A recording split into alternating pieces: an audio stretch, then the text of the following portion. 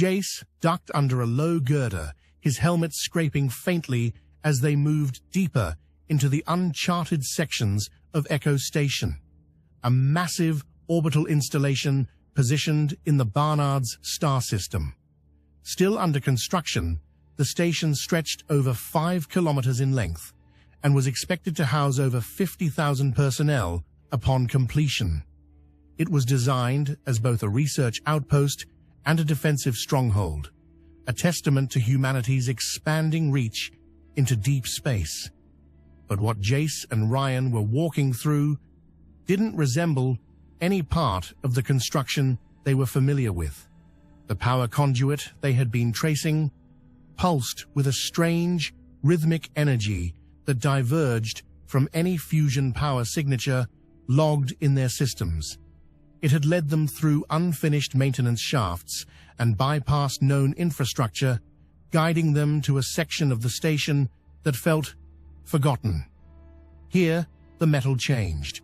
The floors and walls no longer bore the standard titanium alloy plating of EDF engineering. Instead, a darker, matte material covered the corridor surfaces, strangely smooth and cool to the touch, almost like volcanic glass. Faint geometric patterns lined the walls, but whenever Jace tried to focus on them, they blurred, as if resisting recognition. Ryan slowed his pace. You seeing this? This isn't from our fabrication lines. Jace nodded, sweeping his helmet's light across the corridor. This doesn't show up on any of the master blueprints. It's like we built around it, without knowing it was here. Ryan ran a gloved hand across one of the strange walls, then pulled back quickly. This stuff feels weird, too smooth. It's like stone, but not. Jace knelt to inspect the conduit junction. And the power draw. This is massive. Whatever's down here is siphoning energy straight from the core. This isn't a backup system or some rogue power line. It's intentional.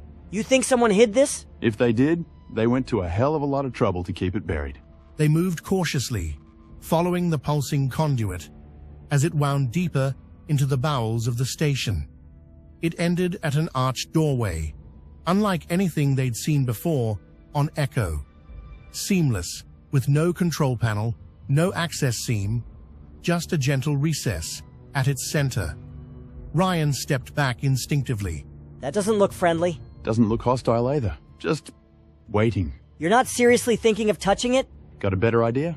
Yeah, we pretend we never saw it and go back topside. But I know that look. You're not leaving, are you? Not until I know what this is. We're engineers, right? We're supposed to solve mysteries like this. Yeah, well, this feels more like a tomb than a tech problem. Jace reached out to touch the recess, but before his hand made contact, the doorway silently opened. No hiss of hydraulics, no sound at all. Just a silent shift of impossibly heavy metal. Inside lay a massive chamber. The space was cathedral-like in scale, hollow and humming with a low, vibrational energy. Circuits glowed faintly in the floor and walls, forming complex latticework that stretched toward a hovering, monolithic device at the chamber's center. It wasn't a monolith, not like the hidden ones whispered about in the darkest corners of the network, but it felt related, older, stranger. Its surface shimmered with script that morphed when viewed directly. It was clearly not meant to be read by human eyes. Ryan's voice cracked the silence. What the hell is that? Jace took a slow step forward, eyes wide behind his visor. Whatever this is, it was already here. Echo Station was built on top of it. You don't build something like this inside a station. We didn't construct this. It's like the station was wrapped around it. That's what scares me. Someone, or something, planned this long before we ever arrived. Far away, unseen and unknown to either man, 3 monoliths monitored their progress.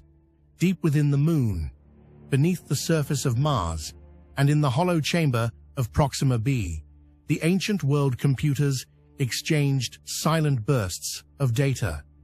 They had known about this chamber for decades, and now, with Jace and Ryan standing at its threshold, the models began to shift. The pulse had been found, and the pulse was waking up.